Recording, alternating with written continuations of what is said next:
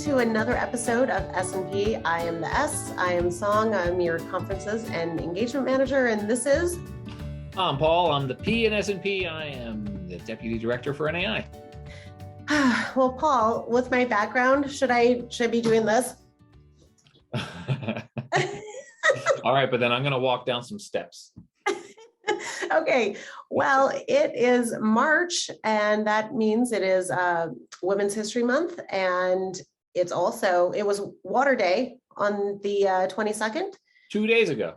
2 days ago, and we've got some special guests as usual on S&P. But before we get to that, Paul, what NAI business do we have that we need to tell our members? Besides InterpTech, registration is open.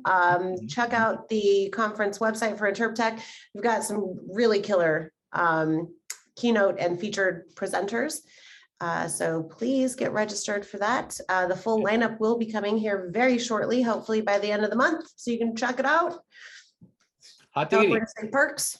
Yeah, and we've got the call for presentations is open right now for the national conference, and we have the scholarship application is open until April 18, I believe. So lots going on with the national conference, lots going on with InterpTech.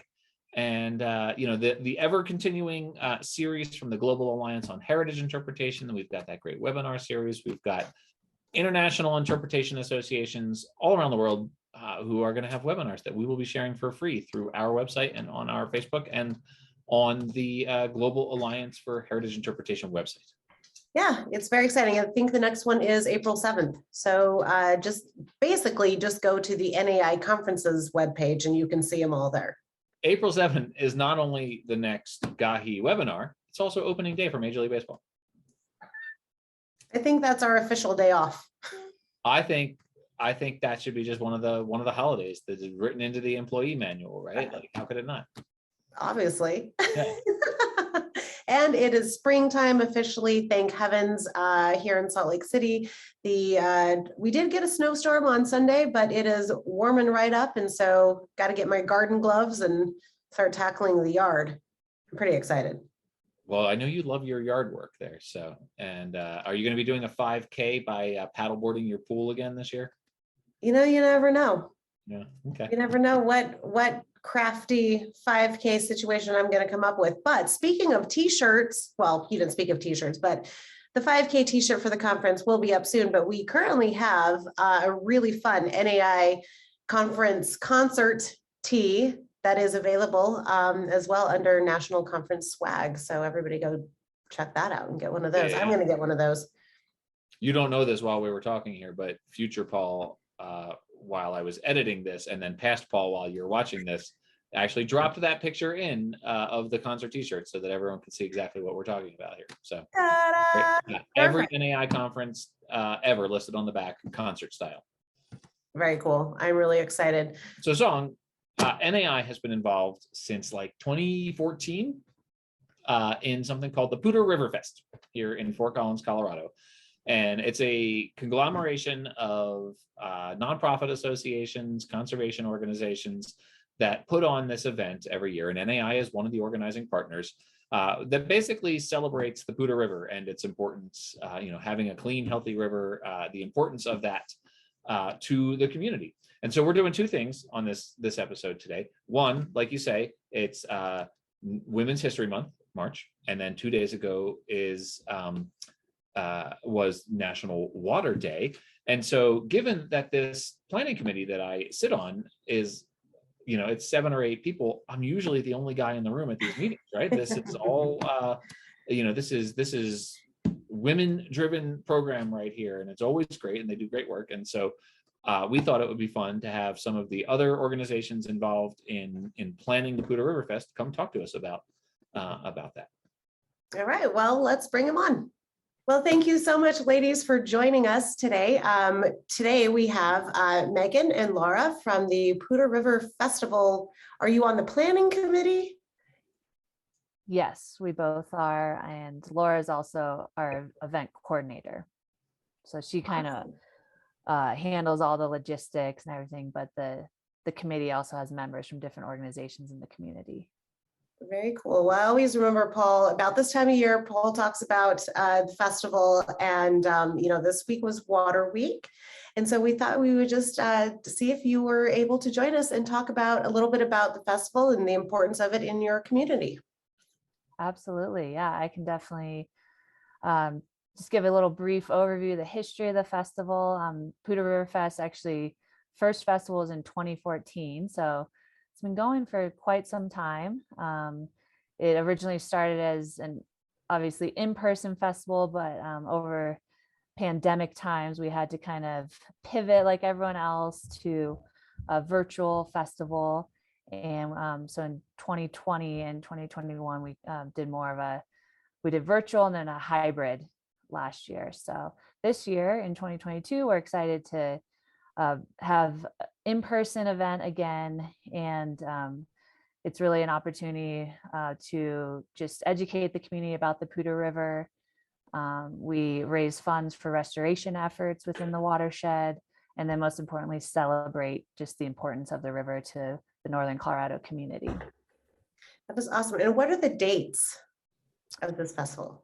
So this year it is scheduled for August 20th at New Belgium in Fort Collins, Colorado. This is always a fun thing about the River Fest too, right? Like it's everyone from the community comes by. We've got exhibitors, we've got educational displays. I worked with Anne Marie from the Wildlands Restoration Volunteers to create some sort of interpretive signage about the river. Well, the whole team worked on that, but Anne Marie sort of spearheaded it, and I did the sort of design side. So there's education, there's music, there's food, there's beer, and obviously New Belgium Brewery is right here in town, so that's pretty easy. A couple of years ago, we brought on Lara, who has really sort of whipped the team into shape, right? Because it's several organizing partners over the course of the years, and some have sort of come and gone. But the Bird Conservancy of the Rockies, who is downstairs from us with NAI, they've been integral. The Coalition for the Poudre River Watershed, the Cache-la-Poudre National Heritage Area, the city of Fort Collins has been involved with some of the planning. Obviously, I just mentioned the Wildlands Restoration Volunteers, and then NAI has been involved in varying capacities over the years as well. So it's been a bunch of different organizations that have come together. But Lara is our event coordinator who sort of whips us all into shape and keeps us on track and keeps the budget in order. Yeah, I do the fun part, right?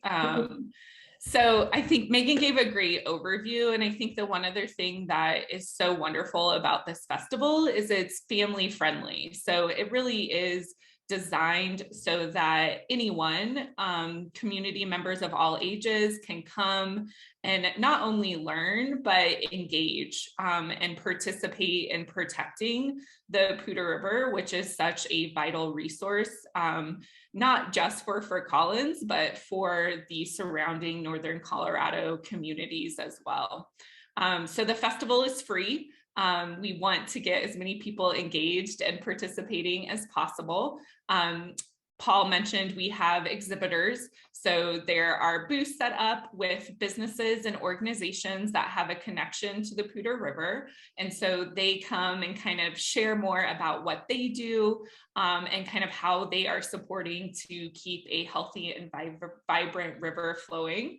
And then we have music all the time. So everybody wants to come to a fun party and listen to some music. And New Belgium is an amazing partner of ours for many, many years. And so we obviously like to make sure, good water produces good beer. So we get, a lot of folks to kind of come and hang out with us because we have some great beer and then some food trucks as well. So it's a great, super fun day. Megan mentioned that obviously we were very fortunate that we could get creative in 2020 and 2021. So the festival luckily was not canceled due to the pandemic. We just kind of shifted.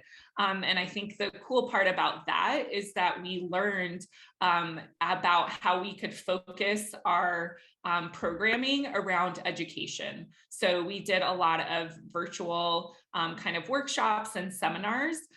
Those workshops and seminars still live on our website at poudreriverfest.org. So people can go back and learn more about, water barrels or wetlands and how they can, again, just be a little bit more educated on the importance of the river and how they can participate and protect it.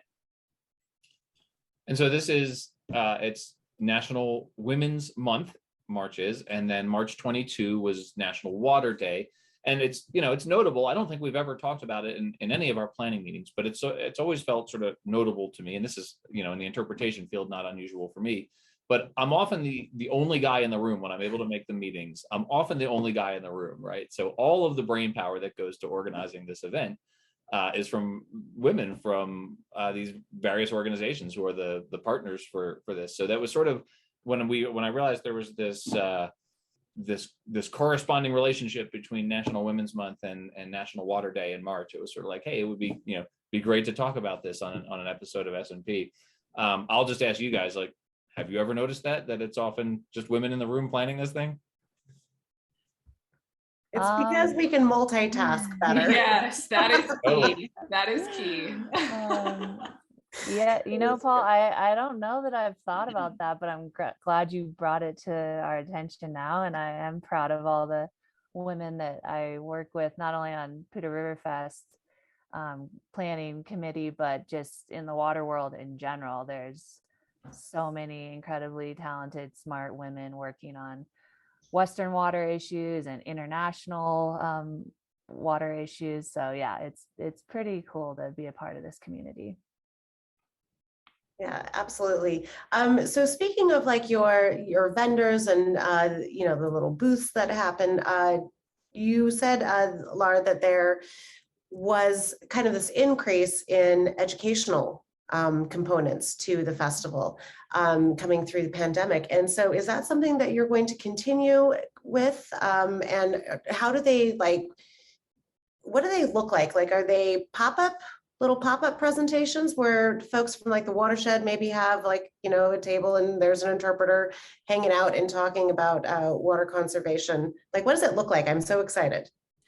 Yeah, so we have sponsors and exhibitors that financially contribute to the festival. And again, the festival is designed to be a free educational opportunity, but then also a fundraising opportunity. So we can have initiatives where we're restoring and protecting the river.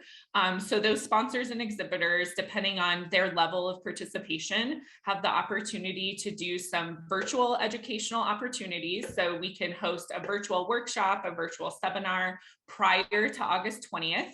And then on August 20th, we will actually have a workshop tent. So the workshop tent, we will program with different activities. So, examples could be bee pollinator activity. We also have a great partnership with Trout Unlimited and Rocky Mountain Flycasters. So they have these really cool, fun fly tying activities. So lots of different ways for, again, people to learn not just about the water itself, but kind of the habitat and the other areas that affect the water and its health. So what would you say, is the message, what we would call here the interpretive theme, right? Like, what's the message that you want someone who either intentionally comes because they want to learn about the river, or someone who happens across it because there's beer and music? Exactly. What's the message that you'd like for them to take home at the end of the day? I think, Megan, I could say what my message is. Yeah, no, I would love to hear your different thoughts, and then I can add as well.